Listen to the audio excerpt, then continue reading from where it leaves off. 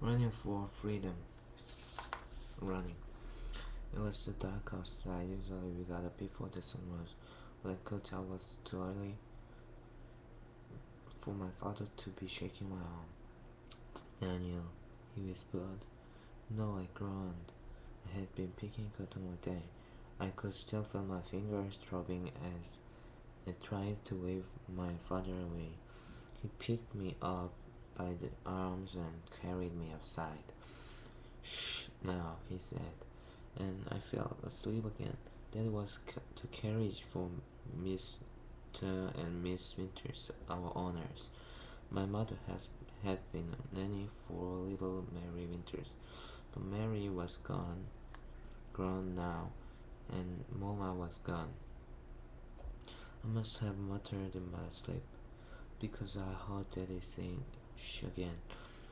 I woke up and saw dark trees. I heard soft footsteps all around. I looked over my shoulder and saw the bent back and shoulders of Amy and other field of workers on the cotton plantation. She walked with her head down, moving at a very quick pace. Can I get down? Asked my father. Amy whipped her head around and gave me a cold look. She put her fingers to her pursed lips and kept moving. Suddenly I realized what was going on. We were running. Mom. Mama was sold a few years ago when I was still too young to work in the fields.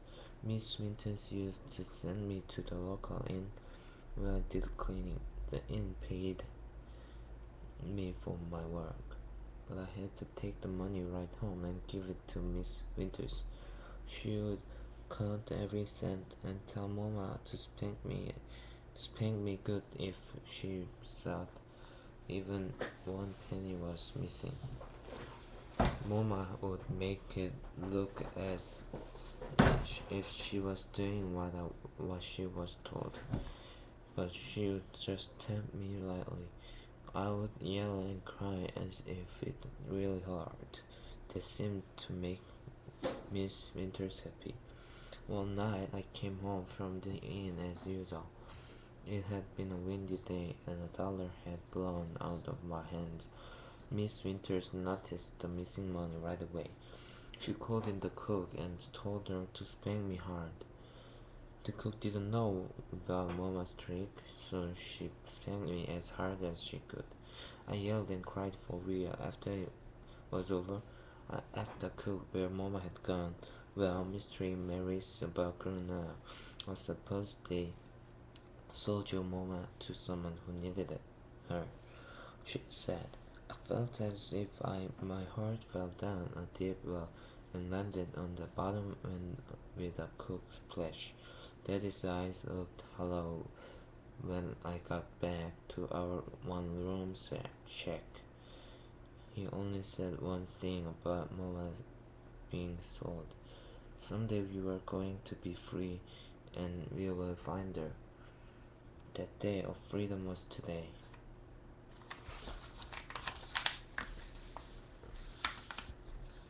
Hold in, Amy said. She pointed across the field at an old sagging barn, and we went inside. She felt around the floor until she found the trapdoor. She motioned as she motioned us all into a small space under the floor. Everyone had to lie down in order to fit. Amy closed the door behind her and it was silent. Eventually I leaned toward Daddy. Do you have to stay here all day? He nodded and put his fingers to his lip. Sleep, he said. I didn't think I could sleep. I still felt as if I had energy running through all my muscles. Soon we would find Mama, but I kept still. Sunlight began to peek through the board above us. Feet began to thump over our heads. I could tell that all of us were scared. No one was sleeping.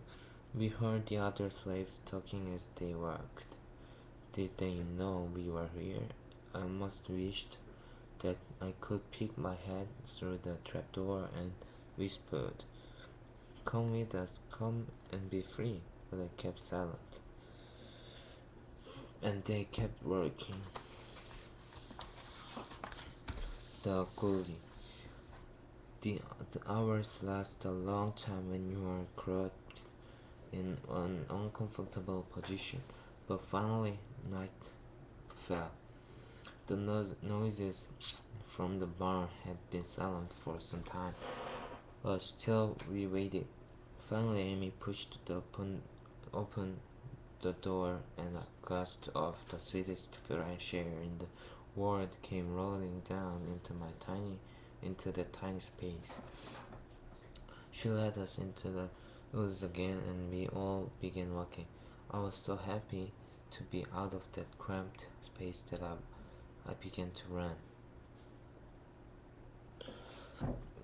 The others started going faster too. We came to a dark road and started hopping, skipping, and jumping. Someone in the back even giggled. We were going to be free. I could feel the cold air from the north pouring down toward me and making my legs springy and light. Suddenly I heard sounds that made every inch of my skin feel like ice. Hounds! Someone was coming after us. We all looked to Amy. "Quickly," she whispered. She went leaping through the trees and we leaped after her. She rushed down a steep hill until our legs hit swampy water, and it got deeper and deeper. It was up to my thighs, and then my chest. Teddy pulled me up on his shoulders. It looked as if we were in trouble. We couldn't swim, but Amy led us toward the opposite shore.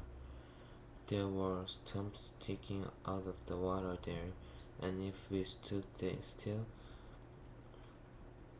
under the pale moonlight, our heads would look like more stumps, especially to someone across the swamp.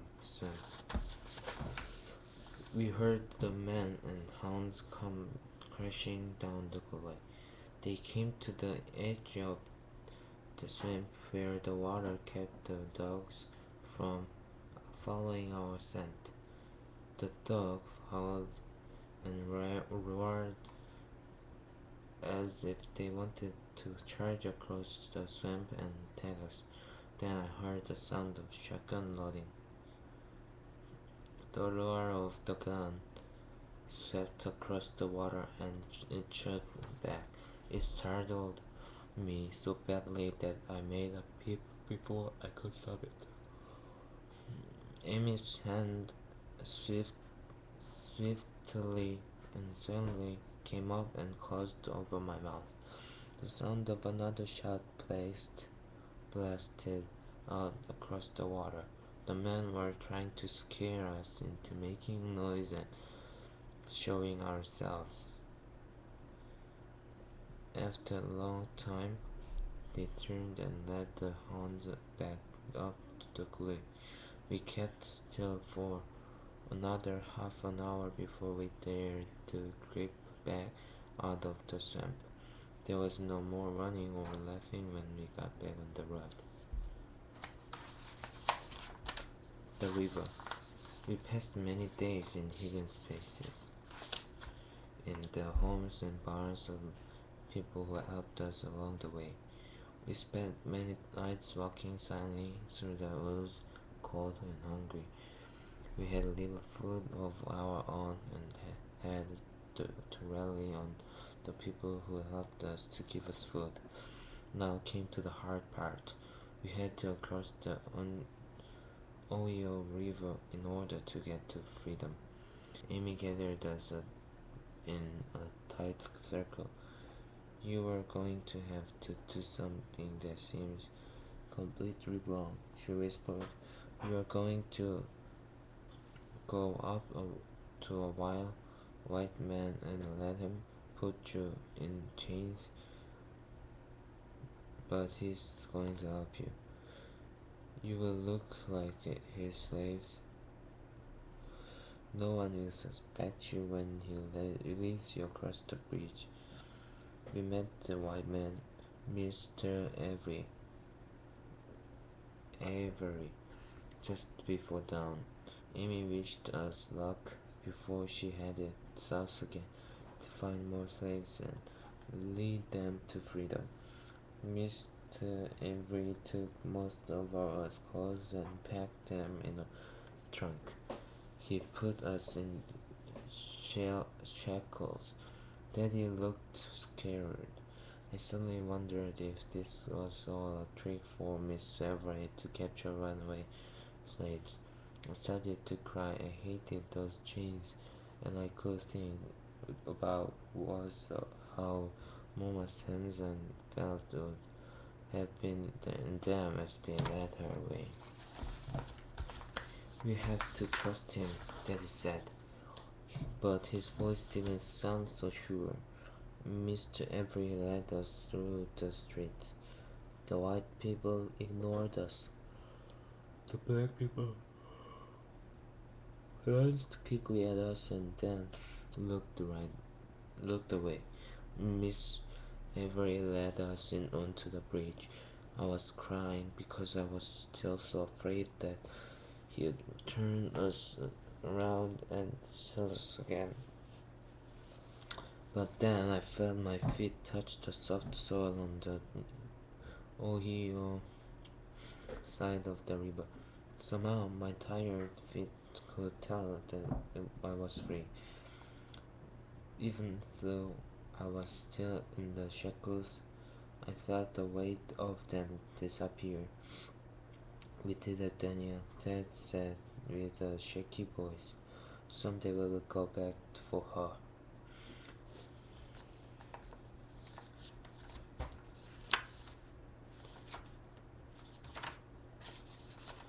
The Underground Railroad.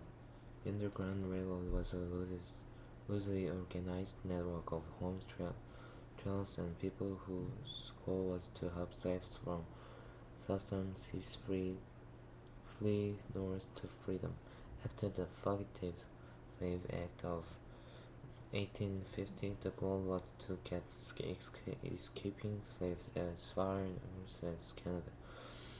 The Fugitive Slave Act allowed slave owners to capture escaped slaves in the northern free states and take them back to the south. Hefty fines and jail time were the punishment for anyone who helped escaping slaves. After some slaves were freed, they went back south to lead others north to freedom. The next stop. It was too dark outside when I nudged her. No, Mama groaned, and waved her hand at me. Shh now, I said. Finally, she opened her eyes and I could see them shining in the dark. Daniel, she whispered. It's time to go, I said. I'm here to lead you. We are running.